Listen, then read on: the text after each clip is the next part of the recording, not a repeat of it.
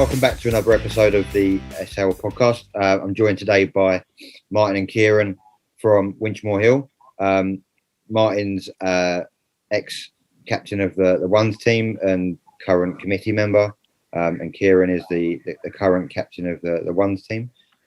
Gents, welcome. Thanks for joining me. Thank you very much. So we start off really by just finding out a bit about your background in the club. So, when did you join and what you've been doing since your involvement? Start off with you, Martin. So I joined Winchmore Hill probably 16 years ago. I moved up from Dorset, moved to Winchmore Hill, and I quite literally left my house on a Saturday afternoon and followed the noise. If it wasn't for around a 300-metre swing, I'd have ended up at Norseman. So forever thankful that I moved in where I did, to be honest. Joined the club then. I started playing almost a week after, I think.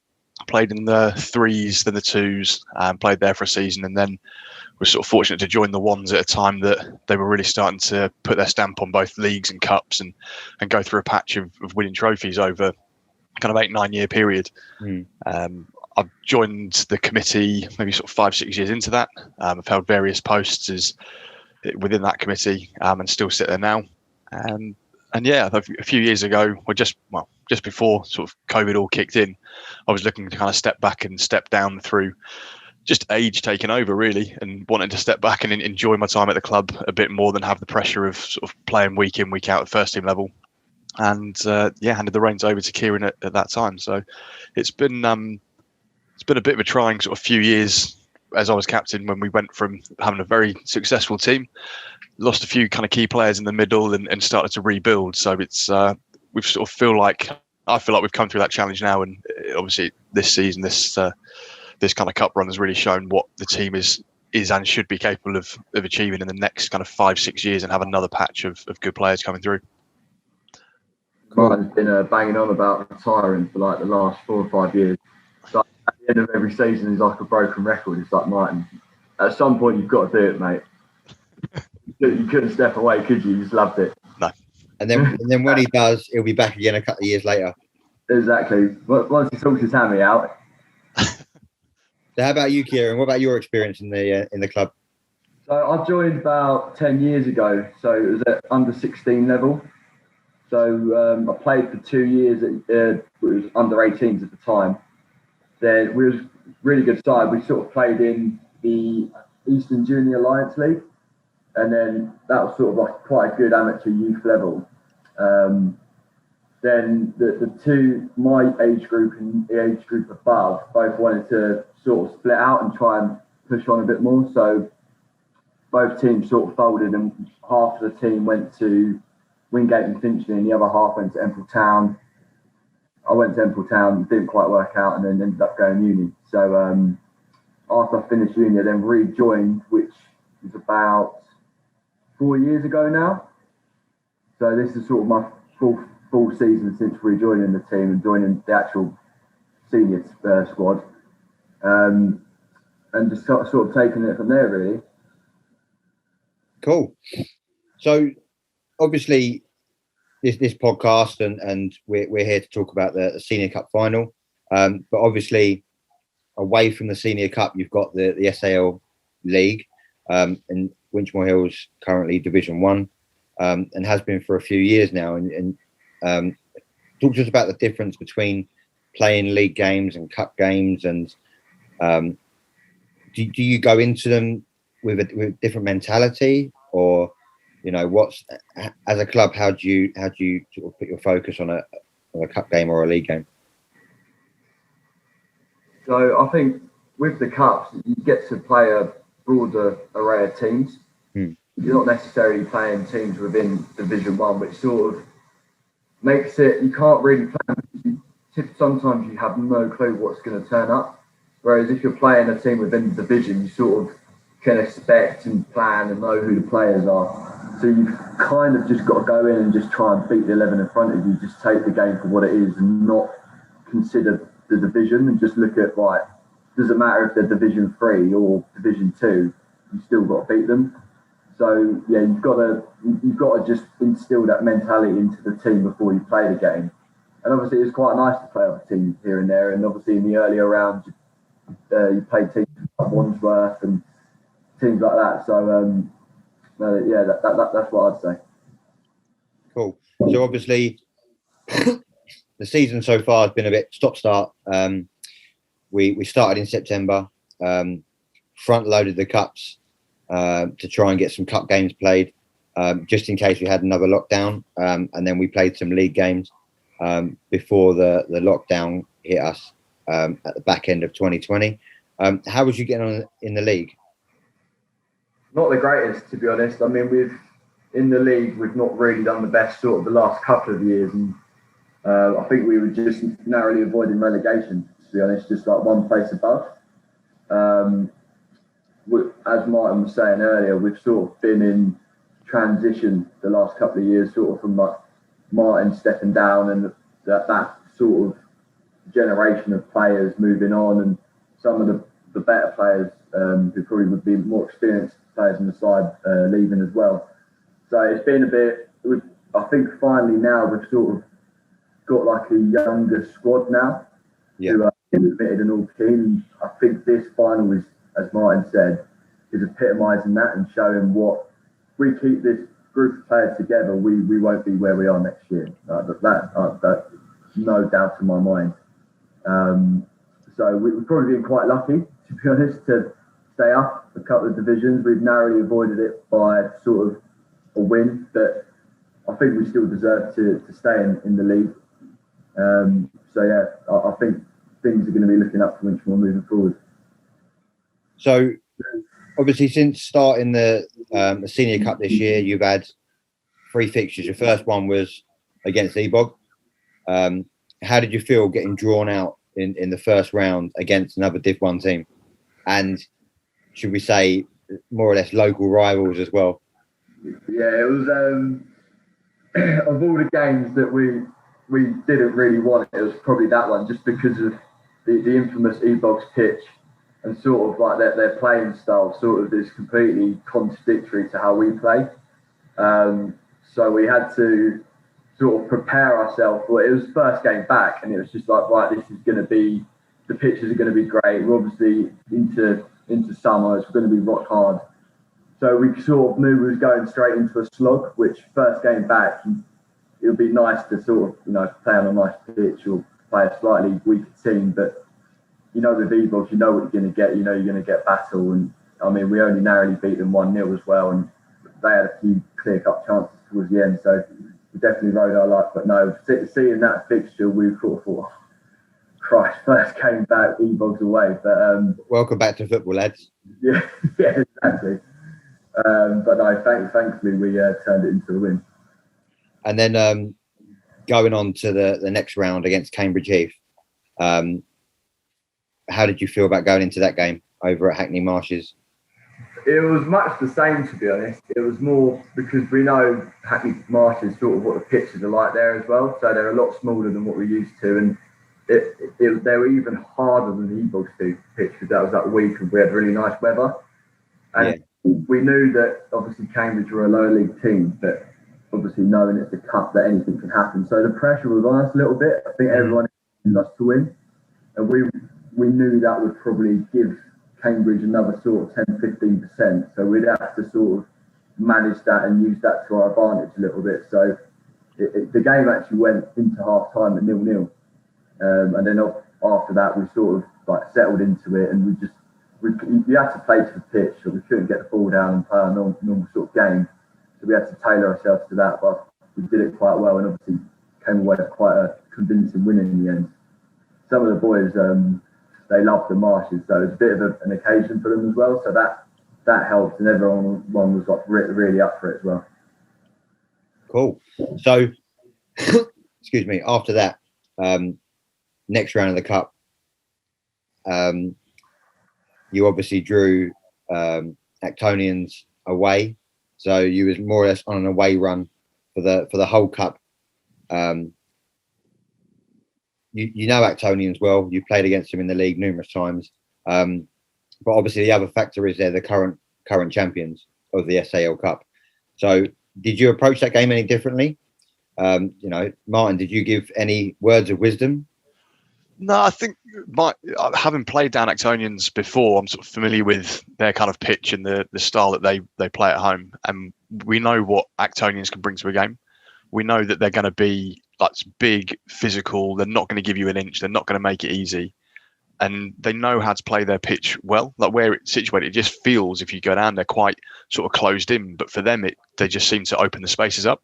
Yeah, and so we knew, I've had experience playing there and was able to tell some of the players, a bit more experience about how they're going to approach the game or how we would expect it. And seeing some familiar faces, for me, that, as Kieran alluded to before, we've had familiar sides and we play against teams in the SAL Cups that we're familiar with, like E-Bogs. But when you go to Cambridge Heath, we have no idea what's going to face us.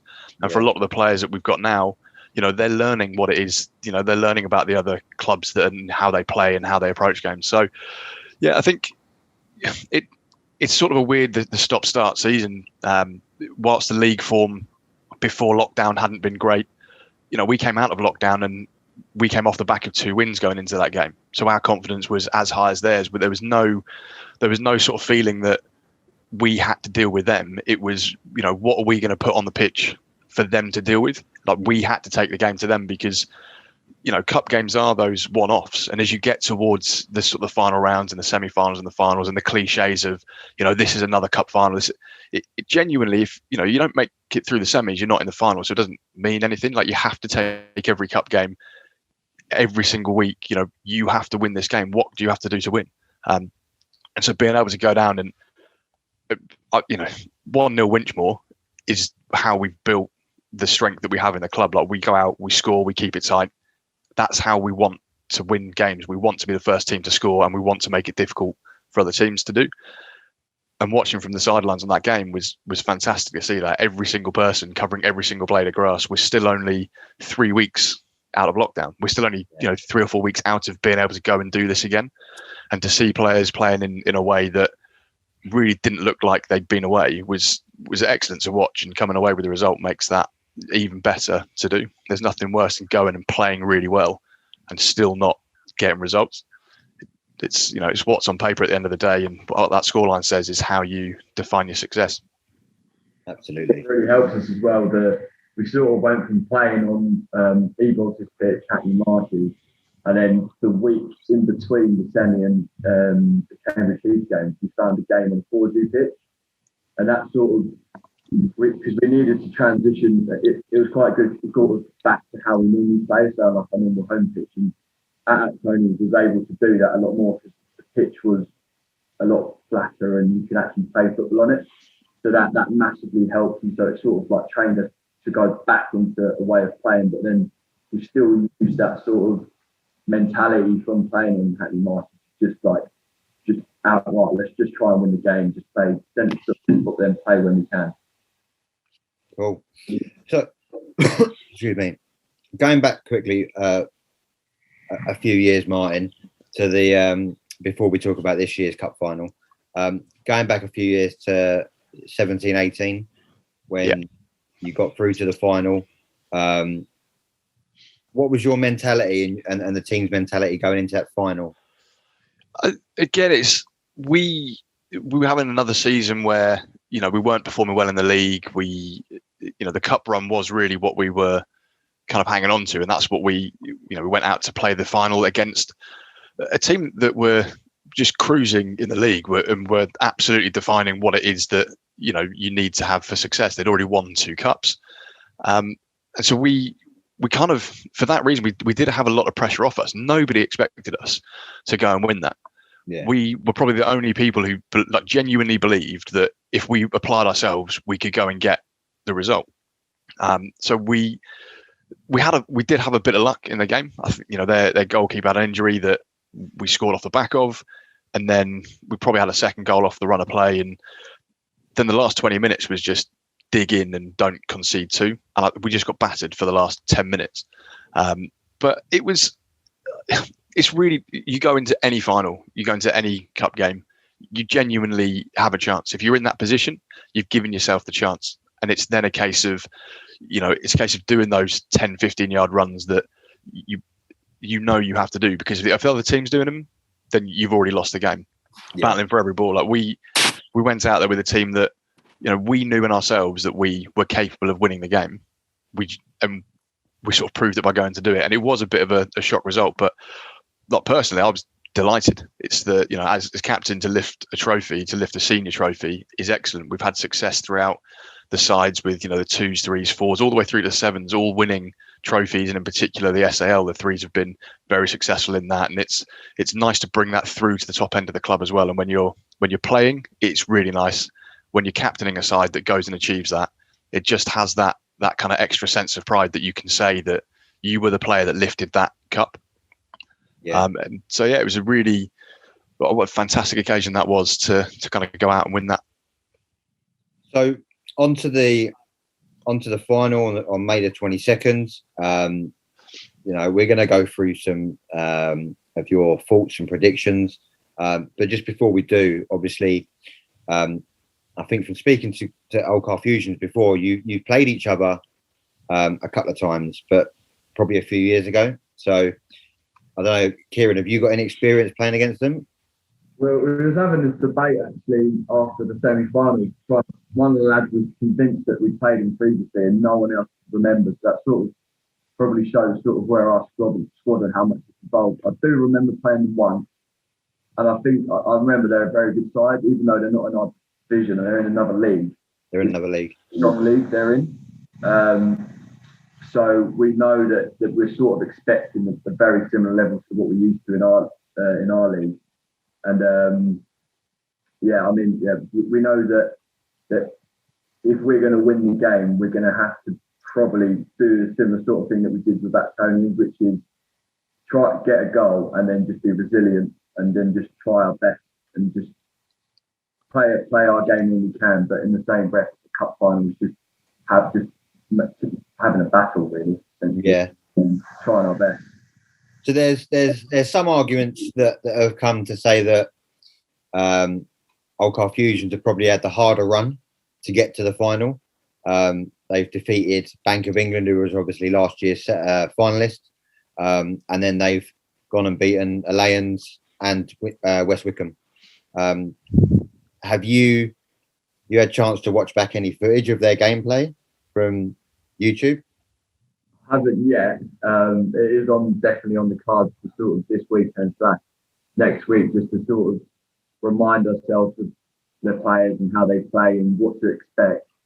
So not yet, but that's going to be some good content for us, especially as none of our games are streamed. So we're still a bit of an unknown to them, I think, especially with the new squad and the new side that we've got. So we're hoping to play for our last bit.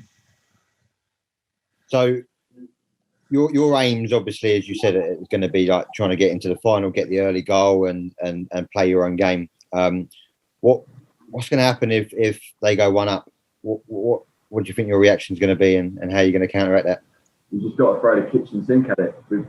We've got nothing to lose. It's a cup final, If the free goal does go in early doors from them, it's sort of we've got to go for it. We've got 90 minutes to make it happen, and we don't want to come off the pitch with regret. So it would just be throw everything at it, see what we can do, and see what we can make happen. Cool. So obviously the game's being live streamed. We've done a few this year with the live streams and recordings. Do you reckon you're going to have a number of people watching the game live from back at the clubhouse? Well, back at the clubhouse, I don't know. Cricket take over. They don't really like us, so probably not. Do you reckon you have a few watching from home then? Yeah, we're planning to take obviously people down. We know obviously the clubhouse things open up, so we're waiting to hear from Q what they're planning to do in terms of sort of COVID regulations and if they're sort of restricting numbers and what they're doing that side. But what we want to do as a section is get as many people down there as we can. We're middle of May. There's not going to be other football games on throughout the club, or I don't expect there to be. So we should be able to bring down some numbers and actually watch the game there. I think the live streams have been brilliant. To go back and watch them and have those, especially as players, if you fast forward sort of 20, 30 years, to be able to look back and say, oh, this is actually me playing football at this kind of level. it's going to be a good memory for people to have, and to be part of that, and part of the first. It's the first SAL Cup final that's been filmed, isn't it? So we've filmed other cup finals before, including the Senior Cup Final. This is the first cup final that's been live streamed. Okay, yeah, so a bit of history in Kieran's cap there. But yeah, no, the option's there for people to watch it. Definitely, I think people would choose, to come and watch it actually live than sort of live stream. But yeah, it's a good idea. We'll ask the club to put it on and have that support back there. Also, well, we were trying to see if the YouTube for the 2018 final was still up on YouTube, but I think it's been taken down. So I don't know if you can see what you can do, Daryl. I'll look into that. It's definitely there. It was up 6 months ago, I think. I put it on the group, and then we were sending some photos on the WhatsApp group sort of yesterday, just sort of like reminiscing of that cup final, and the link weren't working. So if you can see what you could do with that and get that back up and going, that'd be great. I'll have a look, and I'll whiz it over in an email to you guys, so you can be sure to share that around the club and reminisce over your victorious game a few years ago. Awesome, gents. It's been great chatting to you. Thanks for joining, and good luck in the final on the 22nd. And hopefully it's the restrictions are eased a bit more, so you can get a nice good following down at Kew. And yeah, hopefully, fingers crossed for a decent day of weather and a decent game of football. Will you be there yourself, Daryl? I'm actually running the line, so I'm going to be involved in the game. So yeah, it's going to be a good experience for me. My first senior final. I'll be there. Self-appointed, isn't it? It's self-appointed, but obviously I've got a whole team around me that sort of ratify and back my cup final appointments. So we had a discussion earlier in the month, or back end of last month, about all the cup finals, and it was agreed that I was due an appointment of something at some level. So I've got the senior line, which is a good appointment for me. Obviously, we've got Daniel Smith on the other line, another promising upcoming referee. Abby as fourth official, who's level 5 referee in the south, very well respected down there, always on the line around senior division 1.